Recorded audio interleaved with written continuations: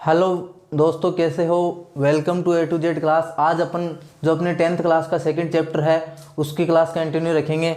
जो अमल, क्षार एवं लवण है उसमें अपन जानेंगे कि अमल क्या होता है और क्षार क्या होता है। ठीक है, बात करते हैं अमल की। तो अमल जो अपने होते हैं वो जल में विलय होकर H+ आयन देते हैं। अमल है वो जल में विलय होकर H+ आयन देते हैं हमें। जल में विलय होकर या जल में घुलकर H+ आयन देते हैं, वो अपने क्या होते हैं, अम्ल होते हैं। और उसके बाद जो है क्षार है वो जल में विलय होकर हाइड्रोक्साइड ऋणायन आयन देते हैं, यानी कि OH- आयन हमें प्राप्त होता है। तो वो अपने क्या हो गए, क्षार। अब बात करते हैं अम्ल की।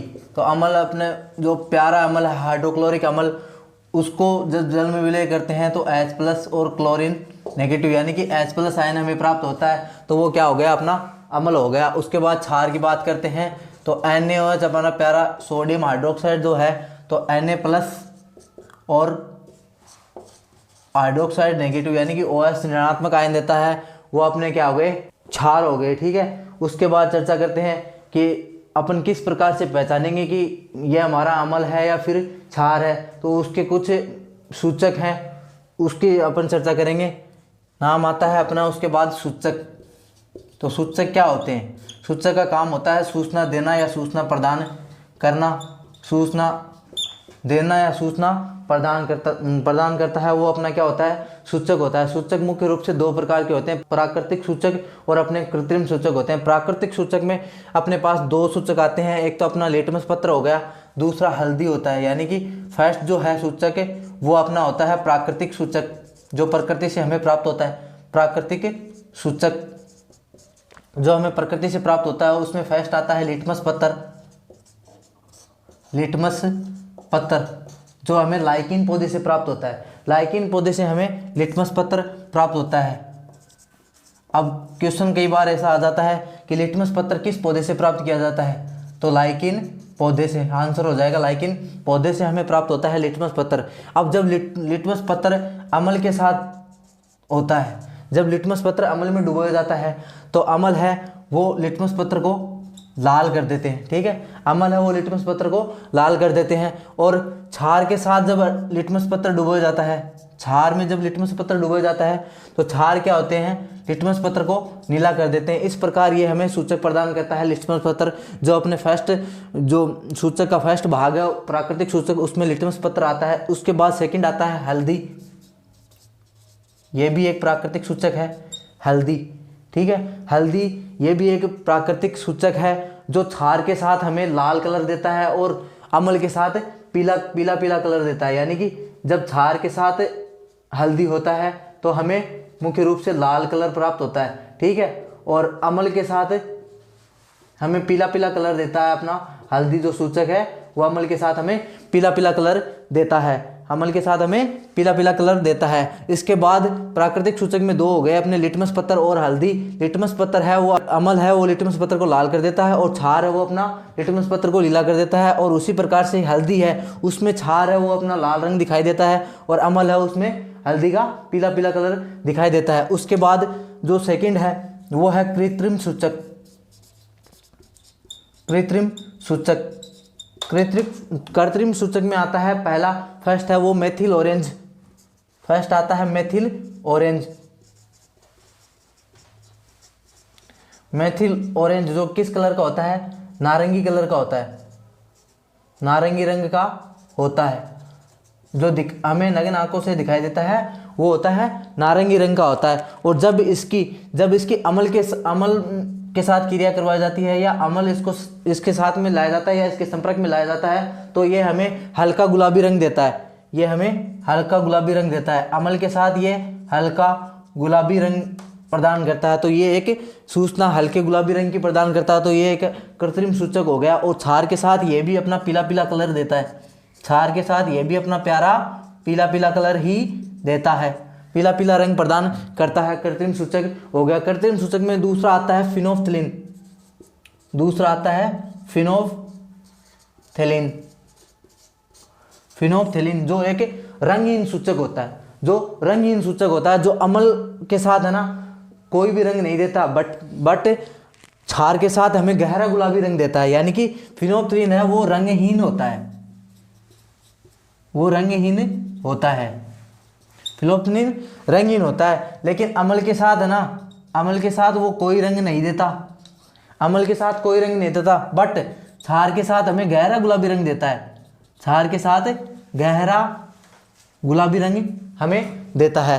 तो फर्स्ट हो गया अपना अम्ल जो जल में विलय होकर हमें H+ आयन देते हैं, या फिर उसकी सेकंड हो गई कि जो लिटमस पत्थर को लाल कर देते हैं, वो अपने क्या हो गए, अम्ल हो गए। क्षार OH ऋणायन आयन हमें देते हैं, जो जल में विलय होकर OH ऋणायन आयन हमें देते हैं, या फिर लिटमस पत्थर को लाल कर देते हैं, ठीक है। उसी प्रकार ये सूचक में फर्स्ट हो गया प्राकृतिक सूचक, याद रखना है प्राकृतिक सूचक में लिटमस पत्थर और हल्दी दोनों आते हैं। उसके बाद कृत्रिम सूचक में मेथिल ऑरेंज और फिनोप्थलीन आता है। अब क्वेश्चन कई बार ऐसा आ जाता है कि रंगहीन सूचक कौन सा होता है, ठीक है। जो ऑब्जेक्टिव टाइप क्वेश्चन होते हैं उसमें आता है कि रंगहीन सूचक का नाम बताइए, तो उसमें एक अपना मिल जाएगा फिनोप्थलीन, जो पक्का हमें करके आना है। अब अपना जो आता है वो आता है कि अम्ल और जो क्षार है वो अपने जब धातु से क्रिया करते हैं तो हमें क्या प्राप्त होता है, यानी कि इनकी जब धातु से क्रिया करवाई जाती है, अम्ल और क्षार की अपन जब धातु से क्रिया करवाते हैं, धातु से क्रिया, अपन अम्ल और क्षार की जब धातु से क्रिया करवाए जाते हैं, यानी कि अम्ल या फिर क्षार जब धातु के साथ क्रिया करता है, जब धातु के साथ क्रिया करता है तो हमें मुख्य रूप से लवण प्राप्त होता है और H2 गैस का उत्सर्जन होता है, ठीक है।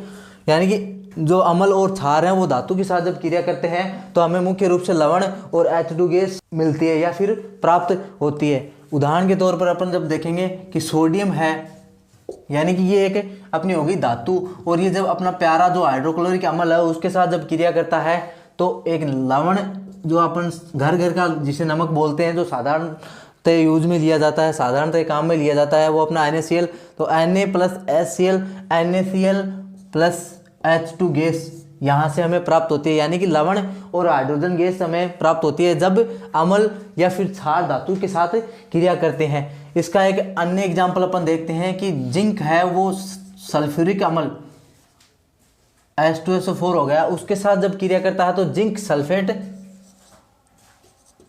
सल्फेट और H2 गैस यहाँ से भी हमें प्राप्त होती है। अब अपन जानेंगे कि H2 गैस अपन किस तरीके से पहचानेंगे कि हमें H2 गैस प्राप्त होती है। तो इसका अपन डायग्राम, एक जो परीक्षण है वो अपन करते हैं। ये अपना एक प्रकनली स्टैंड हो गया, इसमें ये जो है प्रकनली हमने ले रखी है, ठीक है। और इसमें जो अपना है वो जेडन और सल्फ्यूरिक जो अम्ल है, तनु सल्फ्यूरिक अम्ल है, वो दोनों इसमें मिक्स है, ठीक है। इनकी जब अभिक्रिया करवाई जाती है, ये अपने डाट है और यहाँ से अपन एक जो पाइप है वो निकालते हैं और ये अपने एक बिक्कर में जो अपना जल है उसमें पाइप को छोड़ देते हैं। तो अपन इन दोनों की जब अभिक्रिया होती है या फिर इन दोनों में क्रिया होती है तो कुछ समय बाद अपन देखते हैं कि जो अपना जल है उसमें जो ये पाइप आ रही है उसमें से गैस के बुदबुदे निकलते हैं, गैस के बुदबुदे निकलते हुए हमें दिखाई देते हैं। और जब अपन इन गैस के बुदबुदों के पास जब अपन एक मोमबत्ती लेकर जाते हैं, जब अपन एक मोमबत्ती लेकर जाते हैं तो वो मोमबत्ती फट फट करके अपना जलना स्टार्ट कर देती है, तो वहाँ पर हो गया हाइड्रोजन गैस का निष्कासन होता है, उसकी वजह से ये अपनी मोमबत्ती है वो जलती हुई हमें दिखाई देती है। उसके बाद अपन बात करते हैं कि अम्ल है वो धातु कार्बोनेट और धातु हाइड्रोजन कार्बोनेट के साथ हमें क्रिया करते हैं तो हमें क्या प्राप्त होता है मुख्य रूप से, उसका अपन जानेंगे कि अम्ल है या फिर क्षार है जो भी, वो धातु कार्बोनेट या फिर धातु हाइड्रोजन कार्बोनेट के साथ क्रिया करते हैं तो हमें मुख्य रूप से क्या प्राप्त होता है, ठीक है। तो धातु कार्बोनेट और धातु हाइड्रोजन के साथ जब अम्ल या फिर क्षार दोनों में से कोई भी एक, अम्ल या फिर क्षार दोनों में से कोई भी एक धातु कार्बोनेट, ये हो गया प्लस धातु कार्बोनेट या फिर धातु हाइड्रोजन कार्बोनेट, इन दोनों के साथ जब भी क्रिया करता है तो हमें क्या प्राप्त होता है, हमें मुख्य रूप से CO2 गैस यानी कि कार्बन डाइऑक्साइड गैस और अपना जो है H2O जल और लवण तीनों हमें प्राप्त होते हैं। कब होते हैं? जब धातु कार्बोनेट के साथ या फिर धातु हाइड्रोजन के साथ, हाइड्रोकार्बोनेट के साथ जब अम्ल या क्षार दोनों में से कोई भी एक क्रिया करता है तो हमें कार्बन डाइऑक्साइड गैस या फिर जल और लवण तीनों हमें एक मिश्रण के रूप में प्राप्त होते हैं। तीनों अलग अलग हमें प्राप्त होते हैं। इसका अपन एग्जाम्पल के माध्यम से समझेंगे कि जो सोडियम कार्बोनेट है Na2CO3, उसकी जब अपना जो प्यारा अम्ल है हाइड्रोक्लोरिक अम्ल, उसके साथ जब क्रिया करवाई जाती है तो एक तो अपना CO2 गैस हमें प्राप्त होता है और एक अपना जल, उसके साथ जो हमें लवण प्राप्त होता है वो अपना हो गया NaCl, जो घर घर का नमक अपने जिसे अपन बोलते हैं वो अपना हो गया NaCl। तो जब Na2CO3 की HCl हाइड्रोक्लोरिक अम्ल के साथ क्रिया करवाई जाती है तो अपना CO2 गैस और H2O जल और NaCl नमक या फिर लवण हमें प्राप्त होता है। इसी प्रकार अपन धातु हाइड्रोजन कार्बोनेट लेते हैं NaHCO3 अपन जब लेते हैं तो उसके साथ अपना जो प्यारा अम्ल है हाइड्रोक्लोरिक अम्ल, जिसके साथ अपन क्रिया करवाते हैं तो हमें बड़ा मजा आता है, वो अपना हो गया हाइड्रोक्लोरिक अम्ल। इसके साथ जब क्रिया करवाते हैं तो अपना कार्बन डाइऑक्साइड गैस और जल और अपना जो है वो लवण बनता है NaCl, फिर से यहाँ पर बन जाता है। अब अभिक्रिया को आप बैलेंस करके देख सकते हो या फिर चेक कर सकते हो। इसके बाद अपना आता है वो है कार्बन डाइऑक्साइड का अपन किस प्रकार से टेस्ट करते हैं, किस प्रकार से अपन परीक्षण करते हैं, वो अपन अभी पढ़ने वाले हैं। अब इसके बाद जो अपने अम्ल और क्षार की जो धातु कार्बोनेट और धातु हाइड्रोजन कार्बोनेट के साथ अपन जब क्रिया करवाई हमने क्रिया करवाई तो हमें प्राप्त हुआ क्या? CO2 गैस और जल प्लस में लवण हमें प्राप्त हुआ। ठीक है, यानी कि अम्ल और क्षार की जब धातु कार्बोनेट या फिर धातु हाइड्रोजन कार्बोनेट के साथ अपने क्रिया करवाई तो हमें मुख्य रूप से CO2 और H2O और लवण तीनों प्राप्त होते हैं। अब अपन बात करते हैं कि CO2 का अपन किस प्रकार से पहचानें कि हमें CO2 ही प्राप्त हुई या फिर CO2 का टेस्ट अपन किस प्रकार से करेंगे, CO2 का परीक्षण अपन किस प्रकार से करेंगे। तो CO2 गैस है, जो कार्बन डाइऑक्साइड गैस है, वो अपना जो बिना बुझा हुआ चूना होता है, बुझा हुआ चूना होता है अपना कैल्शियम हाइड्रोक्साइड, जिसे अपन क्या बोलते हैं? बुझा हुआ चूना, जिसका मुख्य रूप से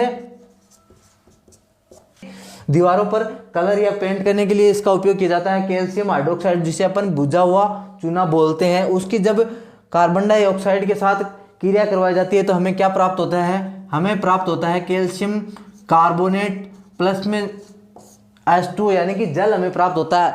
और अपन उसमें जब परीक्षण करते हैं तो हमें जो अपना जल है उसका दूधिया रंग हमें दिखाई देता है, वो किस कारण हमें दिखाई देता है? कार्बन डाइऑक्साइड के कारण हमें जो जल है उसका रंग हमें दूधिया कलर का दिखाई देता है। ठीक है, दूधिया कलर का हमें दिखाई देता है। और जब उसके बाद अपन बात करते हैं कि अम्ल और क्षार है जो आपस में मिलकर हमें क्या प्रदान करते हैं, यानी कि अम्ल और क्षार है वो जब आपस में अभिक्रिया करते हैं, अम्ल और क्षार जो आपस में मिल जाते हैं तो हमें क्या मुख्य रूप से क्या प्रदान करते हैं? लवण प्लस जल हमें प्रदान करते हैं, जो अपनी क्या है? उदासीनीकरण अभिक्रिया होती है, यानी कि अम्ल और क्षार मुख्य रूप से अभिक्रिया करके हमें लवण और जल दोनों प्राप्त होता है, वो अपनी उदासीनीकरण अभिक्रिया के अंतर्गत आता है। तो अपना प्यारा जो अम्ल है वो HCl हो गया, यानी कि हाइड्रोक्लोरिक अम्ल, और अपना जो प्यारा क्षार है वो सोडियम हाइड्रोक्साइड हो गया। और इनकी जब आपस में क्रिया करवाई जाती है, ये दोनों एक अम्ल और एक क्षार हो गया, इनकी जब आपस में क्रिया करवाई जाती है तो हमें NaCl जो घर घर का नमक है वो हमें प्राप्त होता है और उसके साथ में जल हमें प्राप्त होता है। ये अपनी उदासीनीकरण अभिक्रिया के अंतर्गत आता है। तो आज की क्लास यहीं समाप्त करते हैं। उम्मीद करता हूँ कि आपको अच्छे से अच्छा क्लास समझ में आया है, और ज़्यादा से ज़्यादा दोस्तों के साथ शेयर कीजिएगा और चैनल को सब्सक्राइब कर लीजिएगा। आगे अपन यूं ही कंटिन्यू क्लास रखेंगे। तो मिलते हैं अपन नेक्स्ट क्लास में एक नए टॉपिक के साथ। ठीक है, बाय बाय दोस्तों, धन्यवाद।